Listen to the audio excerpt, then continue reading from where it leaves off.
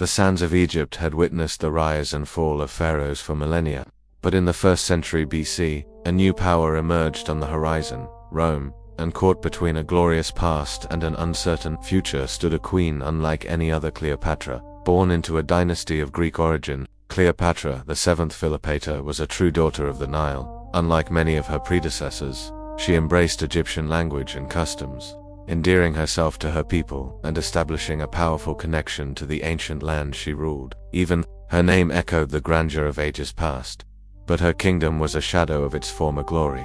Egypt was heavily indebted to Rome, its sovereignty constantly undermined by Roman ambition. Cleopatra ascended the throne in a precarious position, her every move scrutinized by the powerful figures across the Mediterranean. Her early reign was marked by political intrigue and familial rivalry. She had to navigate alliances, quell rebellions, and secure her own claim to the throne.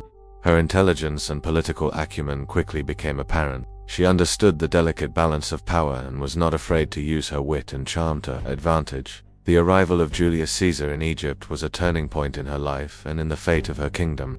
Caesar, embroiled in Roman civil war, found himself in Alexandria. Cleopatra, sensing an opportunity, orchestrated a daring meeting. Legend has it that she had herself smuggled into Caesar's presence, wrapped in a carpet, a dramatic entrance that captivated the Roman general. Their alliance was swift and powerful. Cleopatra provided Caesar with crucial resources, and in return, Caesar secured her position as the undisputed ruler of Egypt.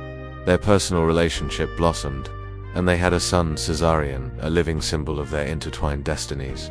Caesar's assassination in Rome plunged the Republic into chaos once more. Cleopatra, a queen in a Roman world, had to choose her next move carefully.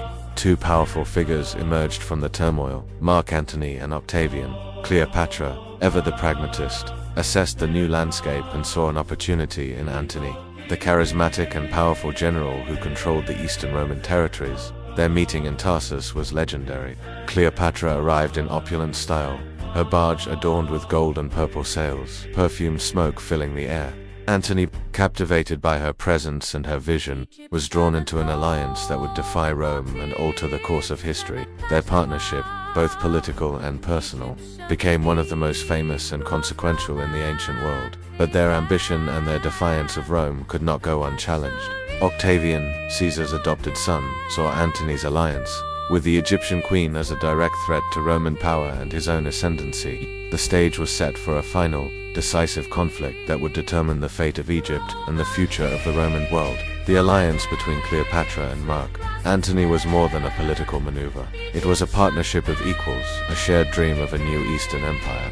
From their opulent base in Alexandria, they ruled with a style that blended Roman power with Egyptian grandeur.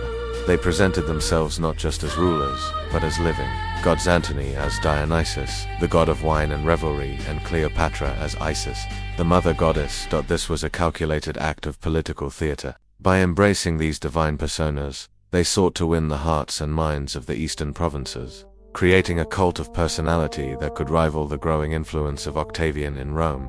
Their court in Alexandria became the most dazzling in the world, a center of culture, learning, and lavish spectacle. Together, they had 3 children, further cementing their personal and political bond. Antony, in a move that would send shockwaves through Rome, formally declared Cleopatra Queen of Kings and her son Caesarion King of Kings. He distributed Roman-controlled lands in the east to Cleopatra and their children. This act, known as the Donations of Alexandria, was a spectacular declaration of their ambitions. To Octavian, this was an unforgivable betrayal. He skillfully used the donations as propaganda in Rome, painting Antony as a man bewitched by a foreign seductress, a Roman general who had gone native and was giving away parts of the empire to his illegitimate children. He portrayed Cleopatra not as a powerful monarch, but as a decadent and dangerous threat to Roman values. The propaganda war was brutal. Octavian accused Antony of abandoning his loyal Roman wife, Octavia, who was also Octavian's sister, for the charms of the Egyptian queen. The narrative in Rome was clear. This was not a political struggle between 2 powerful men, but a war to save Rome from the corrupting influence of a foreign femme fatale. Cleopatra, for her part, was a formidable player in this conflict. She was not a passive pawn. She financed Antony's armies with Egypt's immense wealth. She commanded her own fleet, She was a queen leading her nation into a war for its very survival, fighting not just with ships and soldiers, but with the power of her own image and intelligence. The tension between the two halves of the Roman world reached its breaking point. Octavian, having secured the support of the Senate, declared war, but he declared it not on Antony, a fellow Roman, but directly on Cleopatra. This was a matter of political cunning. It framed the upcoming civil war as a foreign war, uniting Rome against a common enemy. The final epic confrontation was inevitable. The combined fleets of Antony and Cleopatra gathered at Actium on the coast of Greece to face the navy of Octavian, commanded by his brilliant general, Marcus Agrippa. The fate of the Mediterranean, the future of Rome, and the last desperate gamble of the final pharaoh would be decided on the waves of the Ionian Sea. The Battle of Actium was not the glorious clash of titans that Antony and Cleopatra had hoped for. It was a disaster. Agrippa's smaller, more agile ships outmaneuvered their larger, slower vessels. Trapped and outfought, the battle turned into a rout. In a fateful and still debated decision, Cleopatra's squadron broke through the Roman lines and fled back to Egypt. Antony, seeing her leave, abandoned his men and followed her. The abandonment of their forces at Actium was a catastrophic blow. Their army and the rest of their fleet, leaderless and demoralized, surrendered to Octavian. The war was effectively over. Antony and Cleopatra returned to Alexandria not as triumphant rulers, but as defeated fugitives, waiting for the inevitable arrival of Octavian's legions. The final days in Alexandria were a blur of despair, hedonism, and paranoia. They formed a suicide pact, the Order of Inimitable Livers, feasting and drinking in a desperate attempt to forget their impending doom. But the atmosphere was poisoned with fear. Antony sank into a deep depression, while Cleopatra began methodically testing various poisons on prisoners, seeking a quick and painless death. When Octavian's forces reached the city, the end came swiftly. Hearing a false report that Cleopatra had already killed herself, Antony fell on his own sword. The wound was mortal, but his death was not immediate. He was carried, bleeding and dying, to the mausoleum where Cleopatra had barricaded herself. He died in her arms. A tragic end for the man who had once commanded half the world. Octavian's soldiers stormed the mausoleum and captured Cleopatra. Her dream of an empire was dead, her lover was gone, and her kingdom was now the personal property of Octavian. Octavian intended to parade her through the streets of Rome in his triumph, the ultimate humiliation for the Queen of Kings. But Cleopatra would not be broken. She was a queen to the very end. She knew that her only remaining power was the power to choose her own death. Locked in her chambers, she made her final preparations. The method of her death is shrouded in legend. The story, made famous by Plutarch, tells of an asp, a venomous serpent, smuggled to her in a basket of figs. She allowed the snake to bite her, a death rich with symbolism. The asp was a symbol of Egyptian royalty, an instrument of divine judgment. By dying from its bite, she was not committing a simple suicide. She was performing her final act as a queen, choosing a death worthy of a pharaoh, and robbing Octavian of his ultimate prize. With Cleopatra's death, an era came to a definitive end. The Ptolemaic dynasty, which had ruled Egypt for nearly 3 years, was extinguished. The age of the pharaohs, a civilization that had endured for 3 millennia, was over. Egypt became a Roman province, its immense wealth now flowing directly into the coffers of its new master, Octavian. Octavian, soon to be known as Augustus, the first Roman emperor, moved swiftly to consolidate his power. Cleopatra's son, Caesarion, the potential rival as Caesar's biological heir, was hunted down and executed. Her children with Antony were spared and taken to Rome to be raised by Antony's spurned wife, Octavia. Their royal bloodline was absorbed and neutralized by the very power that had destroyed their parents.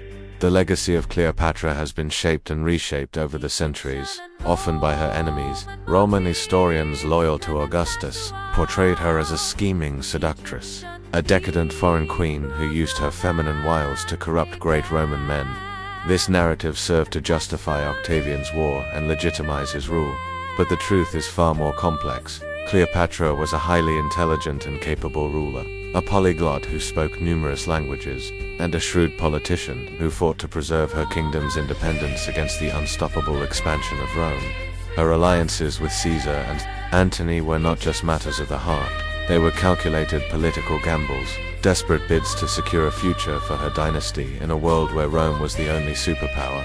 She was a woman who dared to challenge the power of Rome, who envisioned a different future for the Eastern Mediterranean. She was a master of propaganda in her own right, using her image and her divine persona to command loyalty and project power. Her story is a tragedy of epic proportions. It is the story of the clash of civilizations, of the old world of Hellenistic kings and queens giving way to the new world of Roman imperial rule. It is the story of a brilliant monarch who used every tool at her disposal, her intelligence, her wealth, her charm, her body, to fight for a losing cause. In the end, she lost her gamble, but by choosing the manner of her own death, she won. Her final battle, she denied Octavian his triumph, immortalized herself as a legend, and became the last pharaoh of Egypt, a symbol of a magnificent world that was lost forever. We have witnessed the fall of a queen who fought for her empire. Now, we return to the heart of Rome, to a time when the empire was not threatened from without, but from within, from the mind of its own emperor. He began as a beloved ruler, the darling of the people, but absolute power became a poison, twisting his mind into a labyrinth of paranoia, cruelty, and divine delusion. He declared his horse a consul.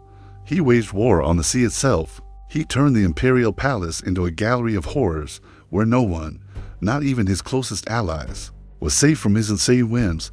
Next time, we stare into the abyss of a mind corrupted by power. We explore the paranoid reign and the terrifying madness of Emperor Caligula.